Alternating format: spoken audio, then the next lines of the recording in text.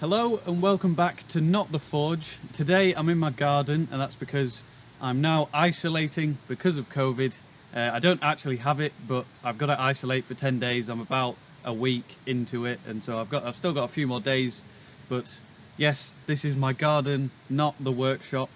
So I've managed to get a couple of bits of basic equipment here so I can carry on making 800 nails. So this is my new big project. I've got this working from a Scottish castle that is being refurbished, and they need 800 door studs for all of the doors. I think 8 or 9 doors on the castle. They all have these decorative wall studs going in them.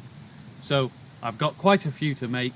I've got a bit of equipment here so I can make them here in the garden, and I thought I'd just do a quick video explaining the process of making one of these door studs. So here we have about 100 nails. I haven't counted them all, but this is the second batch. I've done the first batch of 100.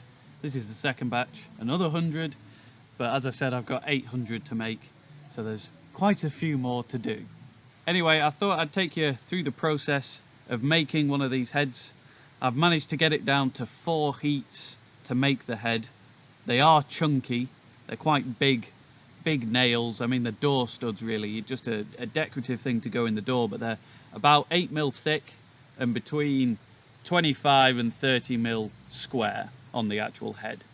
What I'm going to do to actually film this is show you the process of forging out each step, each heat, and then at the end of the heat explain what I've done and sort of the techniques that I've used during that heat and why I'm doing certain things.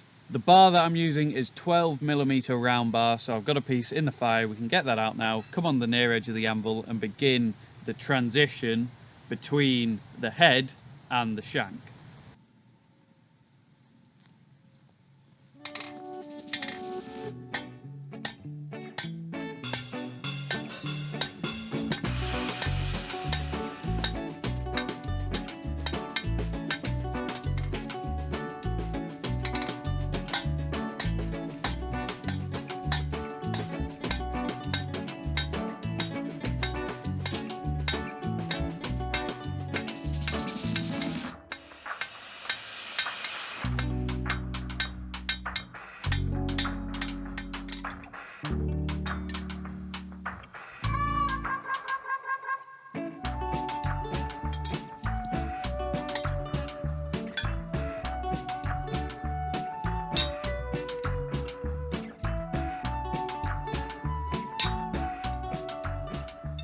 For this first step, some smiths may only do a 2-sided isolation, but I prefer for this to do a 4-sided isolation, so working all 4 sides evenly with the hammer to create this step down. And I find that that means that the bit of material which we're then going to cut off and upset into the head is much more central to the rest of it, so we get a much more central upset to try and prevent that offset head happening. And I find that when you only do a 2-sided isolation, you often just get the one, you know, the offset head forging when you do the upset in the nail header tool. So that's just a little tip that I like to do on this. It does take a bit more time, but once you've done 200 of them or however many I've done, it's now pretty easy. I can just do a 4-sided isolation quite quickly.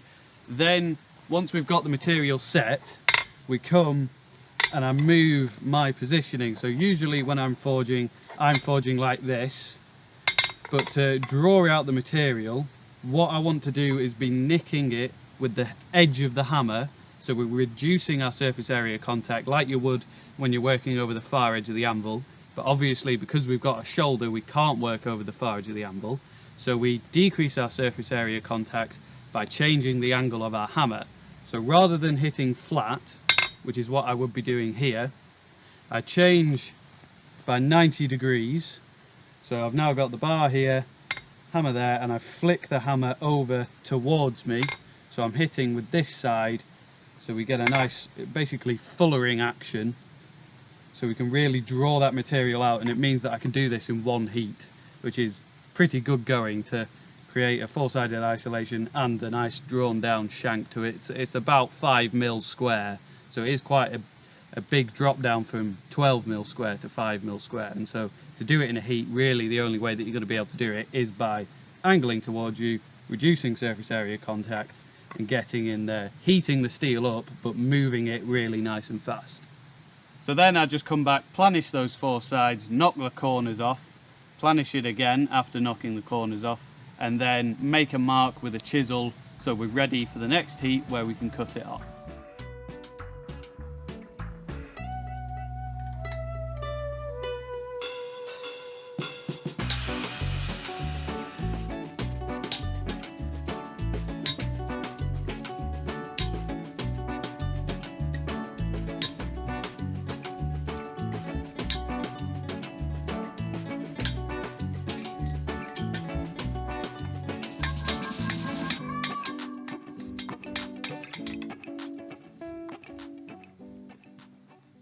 Not much really to discuss about this heat other than the angle at which you go in with your chisel.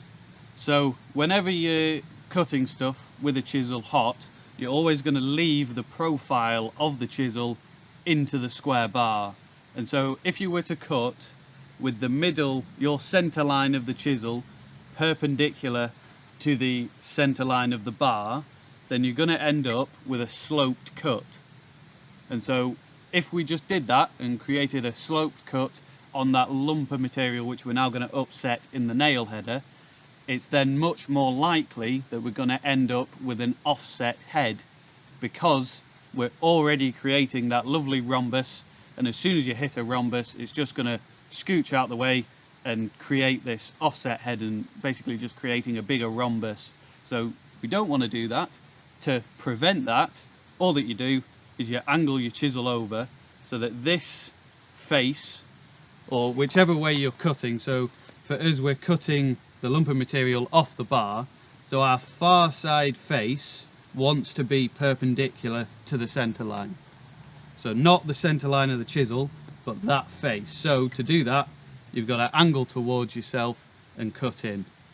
It seems like quite a simple thing that could be missed when you were just watching the video of me doing it, but it is quite an important one to make sure that we're gonna have a nice square cut on the end so we can help in forging the upset for the head.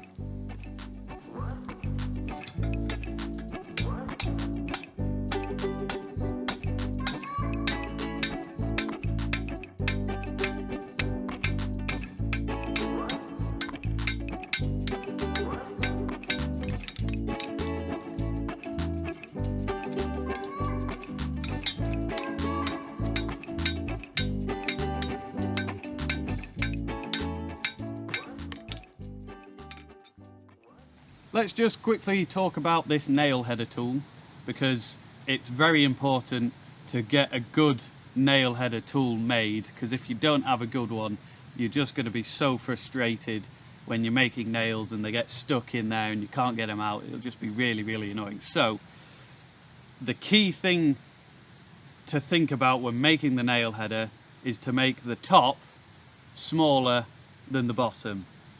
So you can't actually see the exit hole, but the exit hole is about like 3mm wider than the entry hole. And that's so that when it's in the tool, there's the only point of contact is at the top here. So there's a minimal amount of steel touching steel. So it's not going to get stuck in the tool, or the chances of it getting stuck in the tool is much, much less.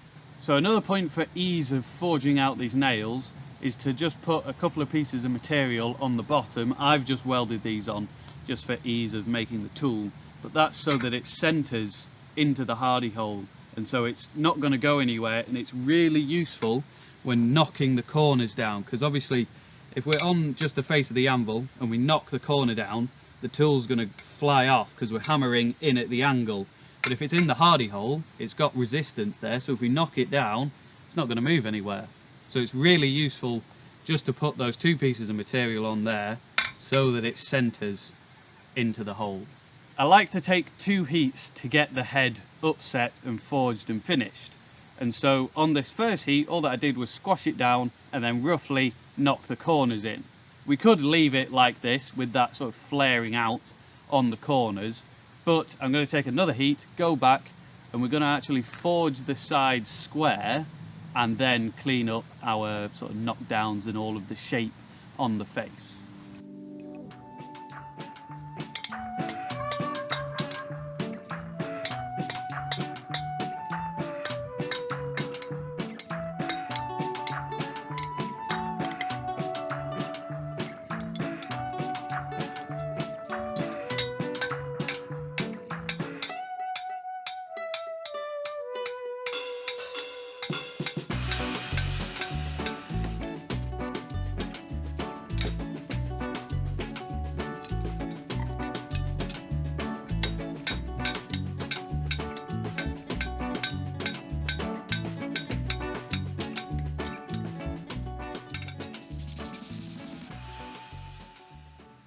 So that's the finished head. It's a really simple head to these studs. They're nice and chunky, nice and thick.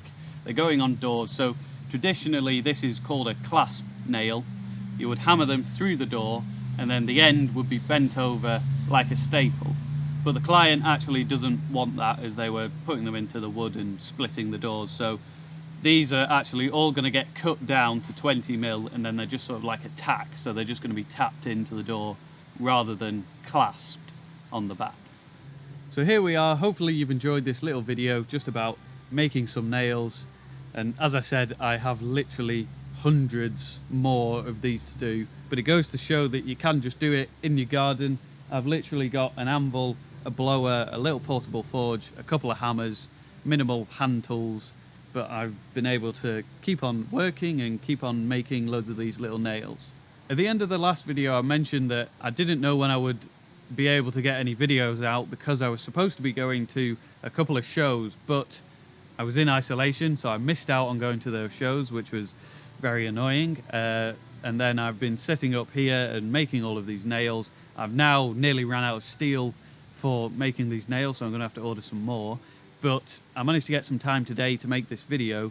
However, I'm not sure when the next time is that I'm going to be able to do a video because I've been in isolation, and so I've missed out on a little bit of work that I should have been doing, and now that's got all backlogged up. And so when I come out of isolation, hopefully at some point next week, I'm going to be busy working on doing all of that paid work, so there may be a little bit of a gap in videos, but hopefully I can get one out soon. Anyway, I hope that you're having a good time and staying safe, so I'll see you on the next video.